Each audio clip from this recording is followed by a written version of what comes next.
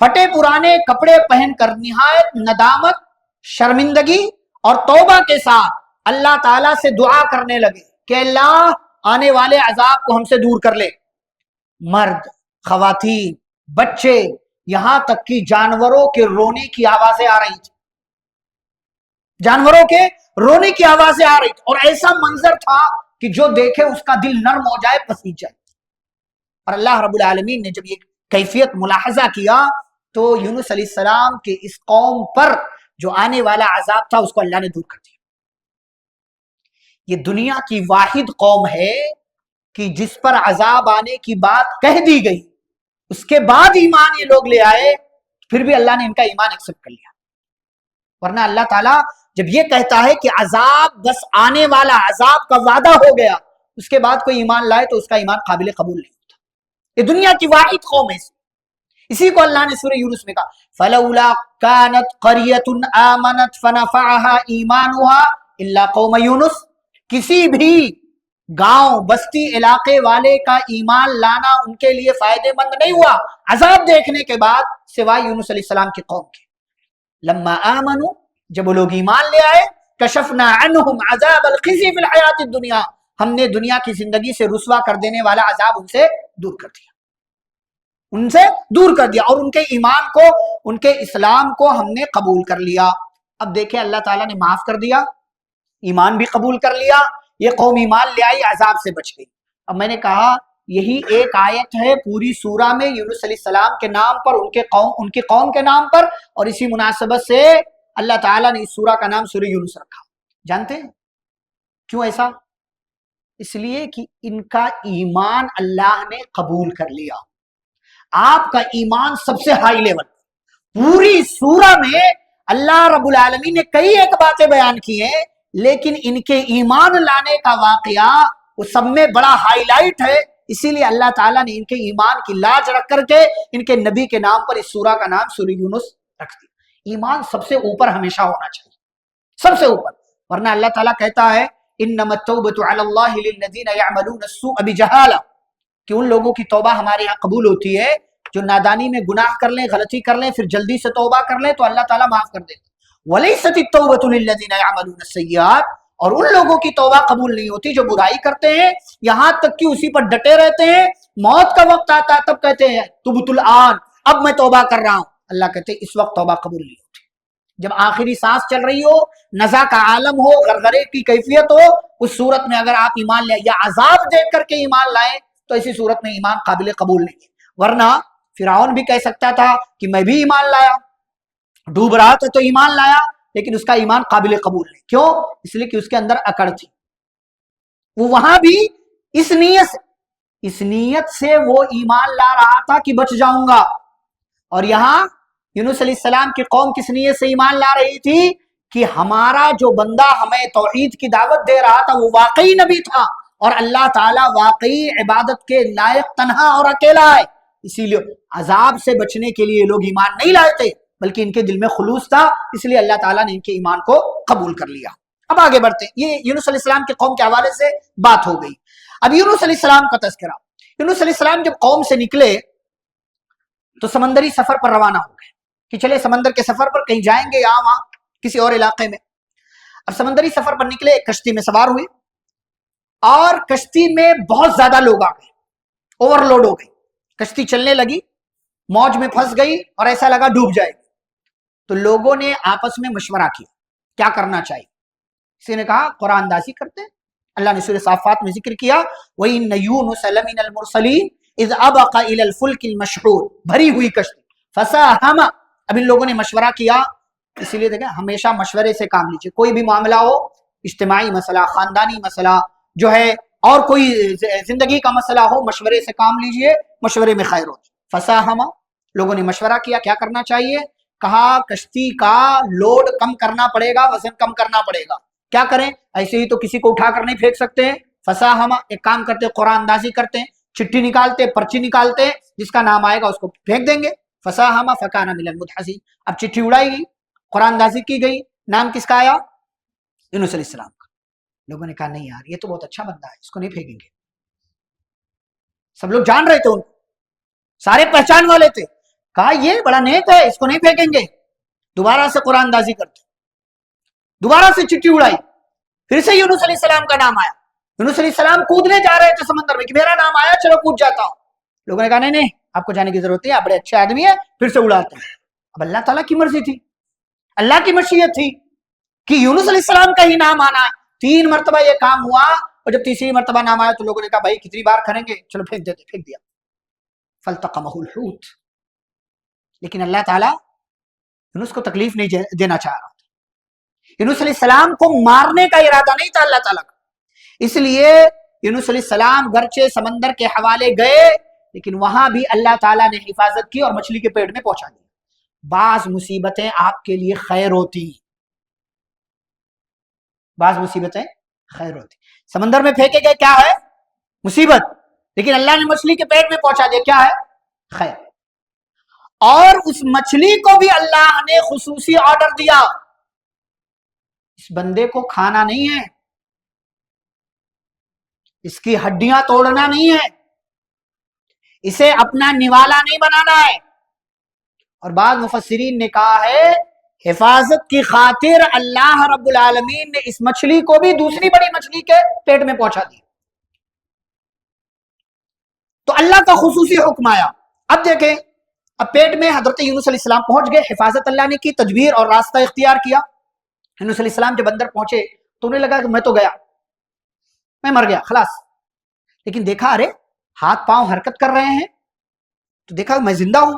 فوراً اللہ تعالیٰ سے دعا کرنے لگے، فوراً. اچھا دیکھیں، وہ جگہ ہے جہاں کوئی آکسیجن نہیں. یہ دنیا کی سب سے کٹھن جیل ہے، سب سے کٹھن. اور دنیا کے اندر انسانوں پر جو جو مصیبتیں آئی ہیں، ان مصیبتوں میں سب سے بڑی مصیبت سے حضرت یونس علیہ السلام گزرے. اسی لیے اللہ نے فی الظلمات کا، فی الظلمات وَظَنُّونِ إِذْ ذَهَبَ مُغَاضِبًا. حضرت یونس علیہ السلام کو یاد کرو، غصے سے بھاگے نکلے. وَظَنَّ أَن لَّن نَّقْدِرَ عَلَيْهِ، اور یہ سمجھا کہ ہم ان کو قابو میں نہیں کر پائیں گے، تو ہم نے اٹھا کر کے انہیں مچھلی کے حوالے کر دیا. اب جو مچھلی کے حوالے ہوئے تو اندھیروں میں، فی الظلمات، اندھیروں کا تذکرہ کیا اللہ نے. اسی لیے بعض علماء نے کہا رات کا اندھیرا، سمندر کا اندھیرا، مچھلی کے پیٹ کا اندھیرا، اور وہ اندھیرا مان لے کہ ایک اور مچھلی، کتنے زیادہ اندھیرے ہو گئے. تو یونس علیہ السلام کی جو تکلیف ہے، وہ تکلیف کسی اور کو نہیں برداشت کرنی. اور 1-2 دن نہیں، 40 دنوں تک، 40 دنوں تک. اچھا، یونس علیہ السلام نے وہاں دعا کیا. کیا دعا کیا؟ سب جانتے ہیں، لا الہ الا انت سبحانک انی کنت من الظالمین. کیا ہے اس دعا میں؟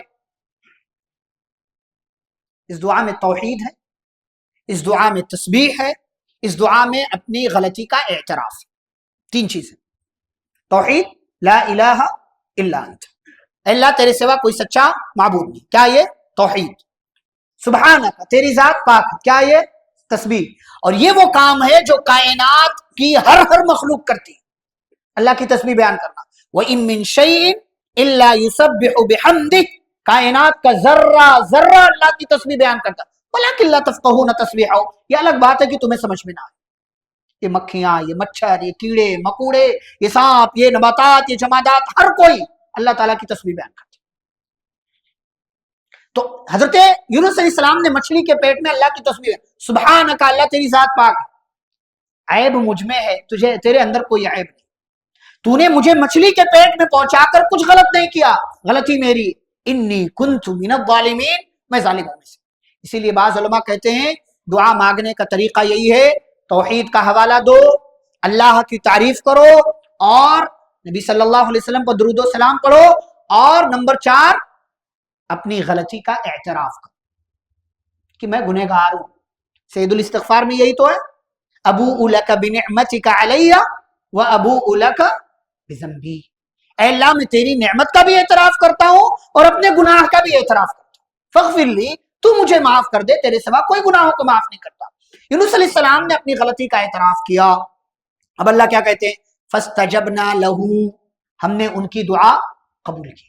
ونجیناہ من الغم، اور ہم نے ان کو اس مشکل سے نکال دیا. وکذالک ننجی المؤمنین، اور اسی طرح ہم مومنوں کو نجات دیتے.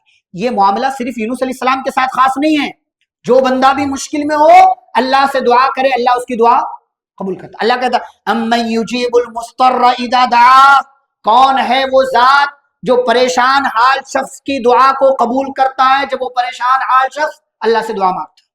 اللہ الہم اللہ، کہ اللہ کے ساتھ کوئی ہے؟ تو اللہ تعالیٰ نے ان کی دعا قبول کی. اور نبی صلی اللہ علیہ وسلم اس دعا کی فضیلت بیان کرتے ہیں کہ جو بندہ اپنی دعاؤں میں یونس علیہ السلام کی دعا شامل کر لے الا استجاب اللہ لہ دعوتہ، تو اللہ اس کی اس دعا کو قبول کر لیتا ہے. جب بھی دعا مانگے، جو آپ کو مانگنا ہے مانگیے، لیکن یونس علیہ السلام کی دعا بھی اپنی دعاؤں میں شامل رکھیے. لا الہ الا انت سبحانک انی کنت من الظالمین. اچھا، بعض مفسرین نے ذکر کیا ہے کہ یونس علیہ السلام مچھلی کے پیٹ میں تھے. اللہ نے قرآن میں بھی کہا سورۃ الصافات میں فلولا انہ کان من المسبحین. یونس علیہ السلام مچھلی کے پیٹ میں گئے، اگر وہاں تسبیح بیان کرنے والے نہ ہوتے، اللہ تعالیٰ کی تسبیح بیان نہ کرتے، کیا ہوتا؟ للبث فی بطنہ الی یوم یبعث، قیامت تک اسی میں پڑے رہتے، کوئی نکالتا نہیں. یہ تسبیح بیان کرنے کا فائدہ. سبحان اللہ وبحمدہ، سبحان اللہ وبحمدہ، سبحان اللہ العظیم، لا الہ الا انت سبحانک انی کنت من الظالمین. کتنے تسبیح کے کلمات پیارے نبی صلی اللہ علیہ وسلم نے سکھائے. سبحان اللہ وبحمدہ عدد خلقہ ورضا نفسہ وزینۃ عرشہ ومداد کلمات. بہت سے کلمات نبی صلی اللہ علیہ وسلم نے سکھائے. ہمیشہ اللہ تعالیٰ کی تسبیح بیان. سبحان اللہ ایک بار کہنے سے آپ کے نام کا ایک پیڑ جنت میں لگا دیا جاتا ہے. آپ کے نام کا ایک پیڑ جنت میں لگا دیا جائے. تو اللہ کہتا ہے اگر تسبیح بیان نہ کرتے، مچھلی کے پیٹ میں قیامت تک پڑے رہتے، کوئی نکالتا نہیں. اور بعض مفسرین نے یہ بھی ذکر کیا ہے کہ یونس علیہ السلام نے جب مچھلی کے پیٹ میں اللہ تعالیٰ سے دعا کیا اور یہ دعا کیا لا الہ الا انت سبحانک انی کنت من الظالمین، یہ دعا آسمان میں فرشتوں کو سنائی دی. یہ آواز اللہ تعالیٰ کے حکم سے فرشتوں تک پہنچی آسمان میں. فرشتوں نے کہا یہ تو یونس ابن متہ کی آواز لگ رہی ہے، یہ یونس ہے. اللہ تعالیٰ سے پھر فرشتوں نے دعا کیا اے اللہ تیرا یہ وہی بندہ ہے جو کل تک تیرے ساتھ تیری بڑائی، تیری تسبیح بیان کرتا تھا، تیرے بندوں کو توحید کی طرف دعوت دیتا تھا. اے اللہ یونس آج مشکل میں ہے، اس کو مشکل سے نکال دے. نبی صلی اللہ علیہ وسلم فرماتے ہیں تعرف الی اللہ فی الرخاء یعرفک فی الشدہ. خوشحالی میں اللہ کو یاد رکھو، اللہ بدحالی میں آپ کو یاد رکھے گا. خوشی کے موقع پر اللہ کو نہ بھولو، مشکل کے موقع پر اللہ آپ کو نہیں بھولے گا.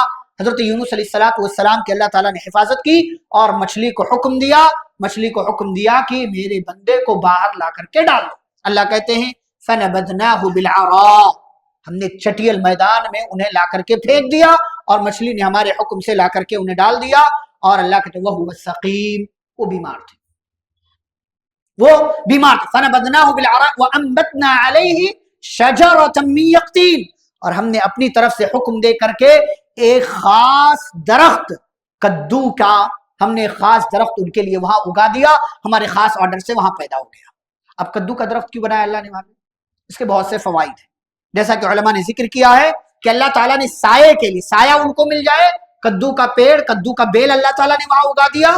ایک تو سایہ مل گیا، نمبر 2 ایک تو یہ کہ اس کے پتے نرم اور ملائم ہوتے ہیں، تکلیف نہیں دیتے، اور نمبر 3 تعداد میں زیادہ ہوتے ہیں، نمبر 4 مکھیاں اس کے قریب نہیں آتی. آپ دیکھیں کدو کا بیل، آپ کبھی اندازہ کریں مکھیاں قریب نہیں آتی. اور ایک بندہ وہ جو ابھی مچھلی کے پیٹ سے نکلا ہو، مکھیاں زیادہ بھنبھناتی ہیں وہاں پہ، مکھیاں زیادہ بھنبھناتی ہیں. اسی لیے آپ دیکھیں مچھلی کی دکان والے کے پاس کتنی مکھیاں رہتی. تو اللہ تعالیٰ نے یہ درخت اگایا اس لیے کہ اس درخت کے پاس، اس کی بیل کے پاس مکھیاں نہیں جاتی، اور اس کا پھل چاہے کچا ہو یا پکا دونوں صورتوں میں کھا لیا جاتا ہے. اور ساتھ ہی ساتھ اس کے چھلکے اور بیج بھی فائدہ مند ہوتے ہیں. جو بیج آپ پھینک دیتے ہیں، یہی آپ انصاری کی دکان پر جائیں، آپ کو کئی ہزار روپے دے کر کے کلو خریدنا پڑتا. ایسے ہی کلنگر آتا ہے، آپ دیکھیں اس کی بیج آپ پھینک دیتے ہیں، مہنگا ملتا ہے وہ سکھا کر کے. تو اللہ رب العالمین نے یہ کام کیا. اچھا، اس کو کھانے سے دماغی قوت میں اضافہ ہوتا ہے، جیسا کہ بعض حکماء نے اور علماء نے بیان کیا ہے. تو یہ مختلف حکمتوں کے تحت اللہ نے خاص درخت اپنے بندے حضرت یونس علیہ السلام کے لیے اللہ نے وہاں پیدا کر. بعض مفسرین نے ذکر کیا ہے اللہ رب العالمین نے ایک جنگلی بکری کا انتظام بھی کر دیا جو صبح شام یونس علیہ السلام کے پاس پہنچ جاتی تھی اور یونس علیہ السلام اس کا دودھ نکال کر کے پی لیتے تھے، سیرابی ہو جاتی تھی، اس طریقے سے ان کو غذا بھی مل جاتی تھی. حضرت یونس علیہ السلام کے حوالے سے اللہ نے بات بیان کی. پیارے نبی صلی اللہ علیہ وسلم حدیث میں اسی لیے یونس علیہ السلام کا تذکرہ کرتے ہوئے کہتے ہیں کہ لوگوں مجھے یونس ابن متہ سے افضل نہ کہو، یونس ابن متہ سے افضل نہ کہو۔ یہ نبی صلی اللہ علیہ وسلم کا تواضع تھا، کیونکہ اتنے اعلیٰ مقام کے اللہ نے خصوصی حفاظت کی اور اللہ نے باقاعدہ حکم دیا نبی صلی اللہ علیہ وسلم کو سورۃ القلم میں، فاصبر لحکم ربک ولا تکن کصاحب الحوت اذ نادی، اے نبی صلی اللہ علیہ وسلم آپ صبر کیجئے اپنے رب کے حکم پر، اور مچھلی والے نبی کی طرح نہ ہو جائیے کہ جب وہ پریشان حال تھے اللہ کو انہوں نے پکارا، اور اگر اللہ کی رحمت انہیں نہ حاصل ہوتی تو ایسی صورت میں وہ برباد ہو جاتے، ضائع ہو جاتے۔ فاجتباہ ربہ فجعلہ من الصالحین، اللہ نے انہیں چن لیا اور انہیں اپنے نیک بندوں کے اندر شامل کر لیا۔ اس طریقے سے یونس علیہ السلام کا یہ تذکرہ مکمل ہوتا ہے۔ اب اس کے بعد انشاءاللہ کل کی مجلس سے حضرت موسیٰ علیہ السلام کا تفصیلی تذکرہ شروع ہوگا، جو قرآن کی کئی صورتوں میں کئی پاروں میں بکھرا ہوا ہے۔ انشاءاللہ ہر ایک بات ترتیب کے ساتھ موسیٰ علیہ السلام کی زندگی کے بچپن سے لے کر کے آخری دور تک ساری باتیں انشاءاللہ تفصیل کے ساتھ آپ کے سامنے رکھا جائے گا۔ اللہ رب العزت سے دعا ہے اللہ ہمیں نبیوں کے اور پرانی قوموں کے واقعات سے عبرت اور نصیحت حاصل کرنے کی توفیق عطا فرمائے، آمین۔ وصلی اللہ علی النبی الکریم، ربنا تقبل منا انک انت السمیع العلیم، سبحانک اللہم وبحمدک، اشہد ان لا الہ الا انت، استغفرک واتوب الیک۔ السلام علیکم ورحمۃ اللہ وبرکاتہ۔